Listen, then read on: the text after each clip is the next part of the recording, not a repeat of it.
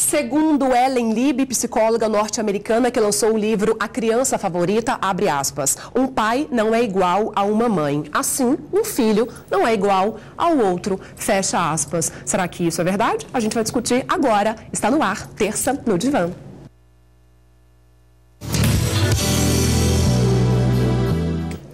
E a gente discute com a nossa psicóloga brasileira, Presidente Bernardes, né? Natural de Presidente Bernardes. A gente discute com ela, Ieda Benedetti. Será, gente, que existem preferências? Será que o pai, a mãe, ele prefere, ele gosta, ele simpatiza mais por um determinado filho? Sim, Ieda. Sim. Sim. Tema polêmico, complicado. Mãe, não precisa assistir hoje, tá? Tema polêmico. É fácil de ser sustentado? Sim, evidentemente sim. É claro que as mães e os pais que nos assistem nesse momento estão dizendo não, eu gosto dos meus filhos igualmente. Eles não admitem. É muito difícil admitir, mas é muito fácil sustentar, né? Essa diferença de sentimentos e tratamentos entre os pais. A gente pode ir para a Bíblia, por exemplo. Eu tenho muitos exemplos. Abraão e Sara tinham 2 filhos, né? Israel e Saul, Isaac. Sara ludibriou Abraão para roubar a bênção que seria de Isaac, em favor de Israel. Exemplo bíblico. Fora isso, muitos outros exemplos temos, né? Temos exemplos assim claros de pais que há 20, 40, 60 anos, era muito comum os pais deixarem tudo para um filho só. Só um filho herdava, os demais não herdavam. Determinado filho para deixar a minha herança. Não são todos os pais que fazem uma acepção de filhos assim tão claras. Existem pais que tentam um tratamento mais igualitário, tá? Mas que evidentemente o tratamento dos pais é diferente. Entre filhos, isto é diferente entre filhos de idades diferentes, é diferente entre filhos de sexos diferentes, é diferente entre filhos de... Microfone, Ieda, por gentileza. Oi, nós estamos com um problema no som? Isso. Então, tá. Então, é evidente, né, a diferença entre pais que vão tratar filhos de sexos diferentes, de idades diferentes, porque não é só uma questão de quantificar o amor, é uma questão de respostas de expectativa. Mas talvez não seja determinada época, Ieda, uma época em que o filho X precise mais da atenção dos pais, e por isso acabam se confundindo esses sentimentos aí, eu gosto, eu prefiro ele. Seria meio rotativo, assim, em épocas? Sim, pode ser. Não, isso não é simples assim, mas isso pode ser. Existe uma máxima que diz que um homem não toma banho 2 vezes no mesmo rio, porque é outro rio, a água passou por ali. Então, os filhos interagem com os pais, e os pais com os filhos, e alguns pais são mais afetivos, às vezes o pai é mais afetivo, às vezes a mãe é mais afetiva com um ou com o outro. Às vezes... Por identificação, talvez? Por identificação ou por falta de... ou por falta de identificação. E, às vezes, um filho demanda mais, um filho, ele interage de forma diferente com os pais. Tem um filho que responde mais ao desejo, à expectativa dos pais e, portanto, pode ser que aquele pai ou aquela mãe responda a essa demanda de forma mais carinhosa ou de forma a premiar aquele filho que é mais... um filho mais carinhoso, um filho que responde mais aos desejos deles, ou faz o contrário, premia aquele que é mais rebelde, aquele que é mais malcriado. Por quê? Em busca daquele amor, ou em busca de resgatar aquele filho até como uma forma de amar. Tá? Então, nesta interação entre pais e filhos, os filhos são ativos nessa busca desse amor. Não vou dizer assim, aquela mãe escolheu aquele filho e aquele coitadinho foi rejeitado. Às vezes é muito mais fácil amar um filho que outro também. O filho que dá mais trabalho, Ieda, a gente até nesse final de semana, a gente discutindo, a gente se encontrou, a gente colocou o nosso tema em debate. Será que aquele filho que dá mais trabalho, no qual os pais têm que ficar mais em cima, será que automaticamente ele é o preferido, o mais amado? Não automaticamente, mas geralmente. É? Porque é muito mais fácil amar alguns filhos do que outros. Mas alguns filhos, eles dão tanto trabalho que é uma forma de demandar o amor, é uma forma de chamar o amor. É aquele filho que, por mais que você dê atenção, que você dê amor, que você oriente, aquele filho precisa de mais, e mais, e mais. Porque, como eu disse, não basta apenas a mãe ou o pai optar por amar aquele filho. O filho também tem um quantum de amor que ele demanda. Às vezes um filho precisa de pouco amor, demanda menos amor, demanda menos atenção e é um filho ótimo. E tem um filho que tem tudo e mais um pouco, e está demandando amor, e está pedindo mais, está querendo mais, e por mais que os pais se esmerem naquele amor, aquele filho continua vazio. Porque isto é inerente ao sujeito.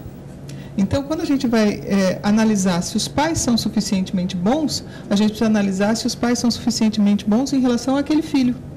Existem mães que são péssimas mães, que não sabem cuidar dos seus bebês, que não gostam de cuidar dos seus bebês, mas os bebês demandam tão pouquinho que, assim, o pouquinho que aquela mãe deu fez daquele bebê um grande homem.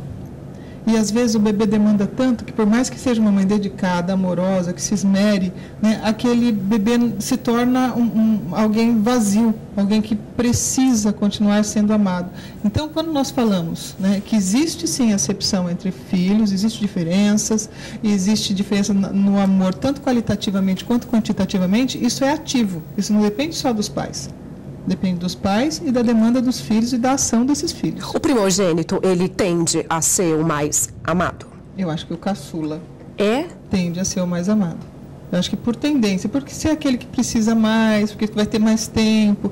Mas existem vários casos, né? Existem casos que é o mais velho, que seria o mais velho, existem casos que seriam os mais novos. Assim, isso é muito pessoal agora, tá? Eu não estou falando em nome da psicologia, estou falando uma observação geral minha. Eu vejo que os filhos mais velhos são os preferidos dos pais, do sexo masculino, pai, né? E os caçulas da mãe. Nem em todos os casos. Porque o pai ama desde que o pai cobra eficiência. E os pais, né, no caso, os homens preferem as filhas e as mães preferem os filhos. Olha, que as mães preferem os filhos é vero. É verdadeiro. Né? Experimenta casar com o filho delas para você ver. Mexe com o filho dela. Preferem os filhos dela. Agora, os pais, às vezes eles se identificam com o filho, que é o filhão, que vai para o futebol, que faz o programa junto, e às vezes não. Às vezes ele protege a filha. Mas as mães, por vivermos uma sociedade patriarcal, pelas mães, né, para serem amadas pelos seus maridos, né, buscarem sempre oferecer um filho varão para eles, né? Então isso é cultural. Então isso lá no campo mais inconsciente, mais subliminar, às vezes pesa. Mas isso assim é uma regra que pode ser assim a maioria ou existe uma incidência maior disso, mas não podemos afirmar que todos os casos sejam assim. Né? Como fica, Ieda, esse irmão que vê, que sente que o amor que os pais têm é muito maior pelo irmão e não por ele? Depende da estrutura desse irmão. Às vezes é um irmão imagino que seja um sentimento muito cruel, muito ruim. Se for um irmão que demanda pouco, se for um irmão que precisa pouco de afeto, sabe naquela ele está nem aí, ele nem liga? Não só ele não está nem aí, como ele ajuda a cuidar do irmão. Não só ele não está nem aí, como ele ajuda a cuidar, porque ele aprende a responder à demanda do irmão. Agora, quando os pais, de alguma forma, preferem um dos irmãos, ou, mesmo que não prefira, alguém se sente menos amado numa relação familiar, aí o problema, ele se estende para o resto da vida. Ele se estende e se espelha nos filhos que terão. Porque aí o pai quer compensar, né? Vamos que o pai tenha se sentido menos amado que o irmão. A guerra continua na segunda geração. Eu conheço histórias assim, onde dois irmãos, um se sentia mais amado que o outro se sentia evidentemente preterido, aí cada um dos dois tiveram 2 filhos, 2 meninos. Eles eram 2 meninos e cada um dos dois, ao se casarem, tiveram 2 meninos. Você precisa ver a guerra nas gerações. Um pai dava um quadriciclo para uma criança de 3 anos, motorizado. O outro precisava dar um avião. Né? E continuou assim a guerra na segunda geração, porque é uma coisa difícil de ser superada quando você não consegue trabalhar bem com a ideia de ser menos amada, porque o amor primário, o amor essencial, o primeiro amor, o amor paterno, materno, ele é fundante de uma personalidade, ele é estruturante de uma personalidade. E quando ele não é bem resolvido, isso se carrega para o restante da vida. No programa passado, nós discutimos o caso de Realengo lá, né, que o menino matou um monte de gente por se sentir vítima de bullying. Mas eu entendo que aquilo lá é problema de amor primário, ele se sentiu abandonado, ele era adotivo. O abandono dele era primário. O bullying era pretexto. Eu acho que o problema fundamental era o abandono primário. E o abandono primário, não apenas no caso de adoção, mas quando ele não é bem trabalhado em qualquer situação, quando a criança não se sente bem amada pelos pais, isto é fundamental, isso é determinante na constituição da personalidade. Você comentou que existem mães que são péssimas mães, concordo plenamente. Tem o caso da mãe que jogou a filhinha recém-nascida no lixo, tem outro caso aí recente da mãe que teve trigêmeos e não queria ficar com os 3 filhos, quer dar um dos filhos. Isso não é mãe. Então... Não existe amor, é mãe, mas aonde não tem capacidade de amar. Olha, existem muitas mães assim. Existem muitas mães. Só que existem casos que são gritantes. Lá nos Estados Unidos tem uma, que agora já tem uma polêmica internacional, tem uma que diz, olha, eu consigo amar o meu filho, não consigo amar a minha filha. E aí ela quer ter o direito de cuidar do filho e quer ter o direito de dar a filha à adoção. Tá? São mães que estão profundamente adoecidas psiquicamente, porque, olha, isso é uma frase complicada. A impossibilidade mais incapacitante do ser humano é a impossibilidade de amar. Eu explico isso. A impossibilidade mais incapacitante, ou seja, a sua dificuldade que mais te incapacita é a dificuldade de amar. Trocando em miúdos é isso. A pessoa que tem uma maior incapacidade, de todas as incapacidades humanas, é a incapacidade de amar. A pessoa não consegue amar, ela não consegue permanecer no trabalho, ela não tem amigos, ela não é capaz de superar a inveja, ela não é capaz de amar os próprios filhos. E nós temos muitas mães assim. Só que alguns casos ficam mascarados. Mascarados porque antigamente mandavam seus filhos para estudar nos colégios internos. Hoje, né, em nome de um trabalho, muito estresse, as mães abandonam os seus filhos nas mãos das babás, das escolinhas, da televisão, da internet, dos vídeos, né, e larga a criança ali. Existem crianças em estado de abandono sem que nós nos apercebamos disso. E aí nós vamos tendo, assim, muitas desculpas para a criança, e a criança não fica tão evidente que a criança não foi amada, mas nós temos uma geração mal amada. Ieda, mas no caso aí dessa mãe que teve trigêmeos e que quer se desfazer de um dos filhos, como ali no momento ela consegue distinguir ali o amor entre os 3 filhos? Eu não quero esse, então vou dar esse. Não, é incapaz de amar. Ela é incapaz de amar qualquer um. Tá.